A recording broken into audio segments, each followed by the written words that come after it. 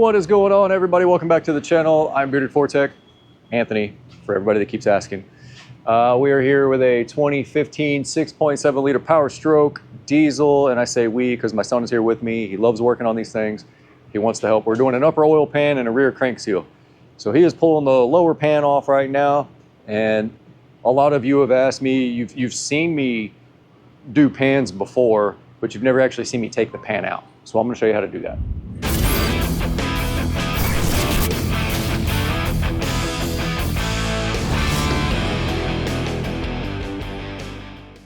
Okay, we are up underneath here, and I don't want the black light. So if you look, the rear main seal is leaking. He's in the process of pulling the bolts out of the lower pan. We've already got the motor mounts taken out. I'll go the other side so you can see that. You can see where this upper pan is leaking. I know it's dark, the light is charging, but if you look there, there's four nuts that go in there. Those are 21 millimeters. And then over here, there's two, and then there's one up top. Those are 24 millimeters. And what that's gonna allow me to do is when he pulls this lower pan down off of here, it's gonna allow me to jack up the engine. I'll stick a 24 millimeter socket on the other side over there, and it'll allow me to pull these 10 millimeter bolts out of here. If you can see those, not really quite sure.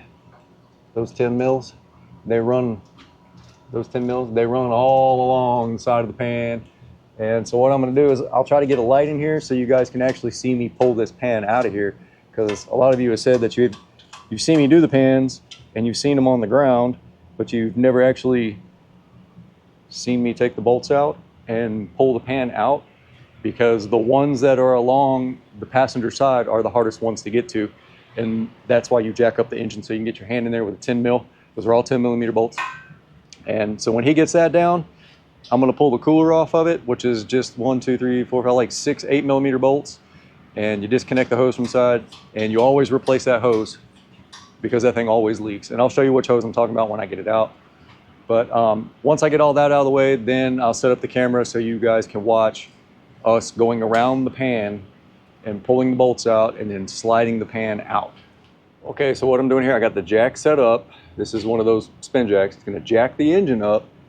If you look right there, the motor mount, there'll be a space, and I'll be able to stick a socket in there, which will allow me to keep this leveled up so I can get this hose out of here as well. So I'm gonna try to set you guys where you can be pointed at that over there with some light, which I don't know. Kind of see that maybe up there. Okay, so it's right up there in that corner right there. I'm gonna try to leave this light like this so you guys can see it somehow, like that. And I'm just gonna jack up the engine. And you'll see it start to pop out.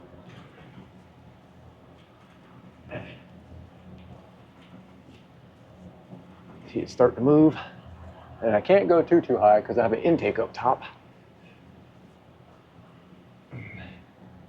So I might not be able to do it on this one. I really want to get this hose out of here though. So I'm just going to keep going a little bit, make sure I'm not crunching anything, and get a socket in there. Yeah, see it's moving now. So far we're good. I can actually get a block in there too if I need to. I'm not hitting anything up top. Yep, that's as far as I can go. So I'm gonna leave it right there for a minute. Okay, so I'm hitting up top. I can't go any further. That's it. It's hitting the intake up top, the back side of the intake on the firewall. But I was able to pull that hose out of the bottom here. So what I'm gonna do now, since I got it like this, I should be able to get my hand in there and start getting those 10 millimeter bolts out of the side. This side over here is easier. Okay, perimeter bolts are out. It's still jacked up. And I know I didn't show you pulling all those out. See, they're all out. All these parameter bolts. The only things that are left are these. There's 1, 2, up there, 3, 4, 5, 6, and 7, 8. And then this whole thing will pop down. But what I'm gonna do is lower the jack down and then pull those up. Then we'll slide the pan out. Lower the pan. Oh. It sucks that I couldn't go up that high.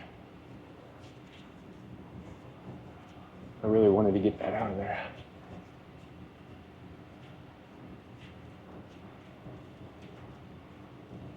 You know what? I might try to raise it up a little bit because I think I was pegged out on this. I didn't even try that. Lower this down.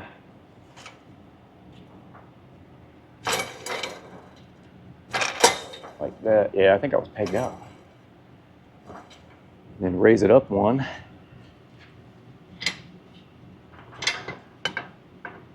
Oh, nope, won't let me.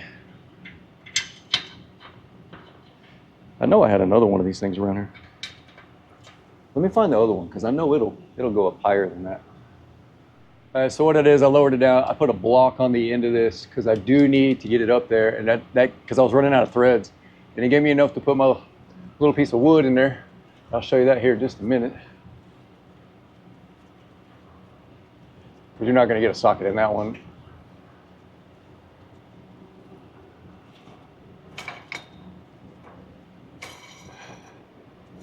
Let me get this out of the way.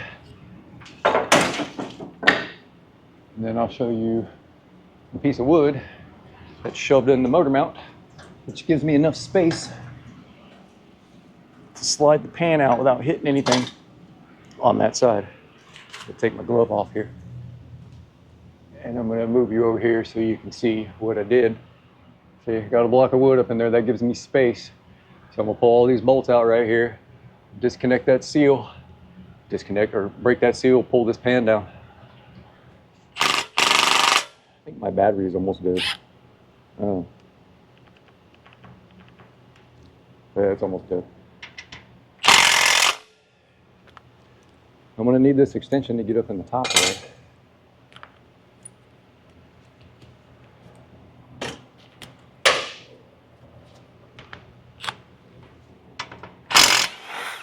One,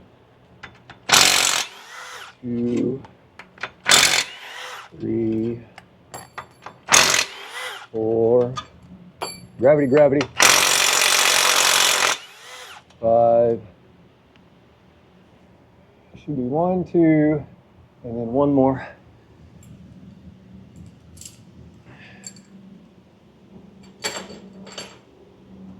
See if I can do it with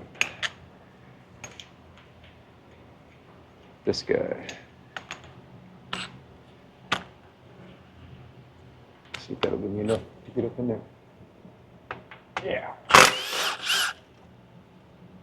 Small.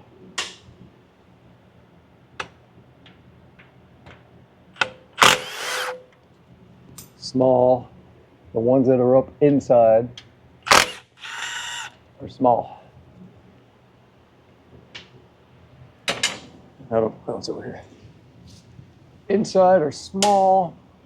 And then now all I got to do is just find somewhere to pry this thing, which is usually right about in this spot right here.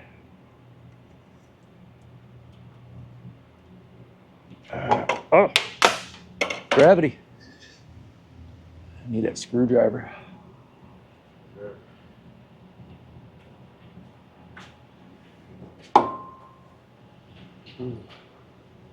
Or a pry bar. I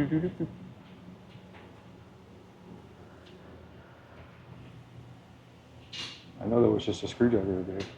This is the thing about these jobs, man. There's so much going on. So many different tools that you need. Got a pry bar, which is too big.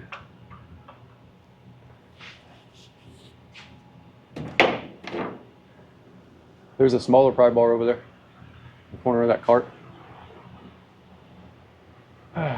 Oil pans. All the bolts are out, but I am going to have to do this. You guys have seen me do this crank seals before. I'll have to slide that backwards just a little bit so it clears the hole right there. Ooh, let's try this guy. It'll go in there. Oop. Let's try this guy. You hear it breaking the seal? Yeah. There we go.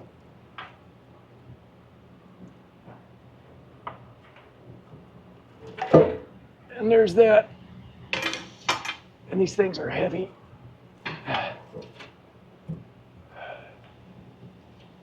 Stay. Make sure it's broken at the front here. Which is probably not.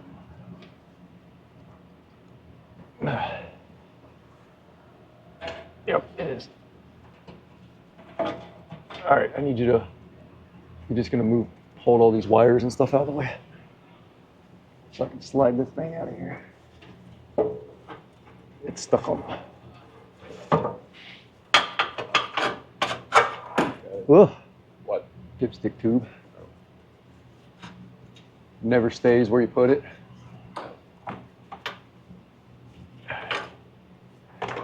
And you can't pull it down. I mean, I probably could.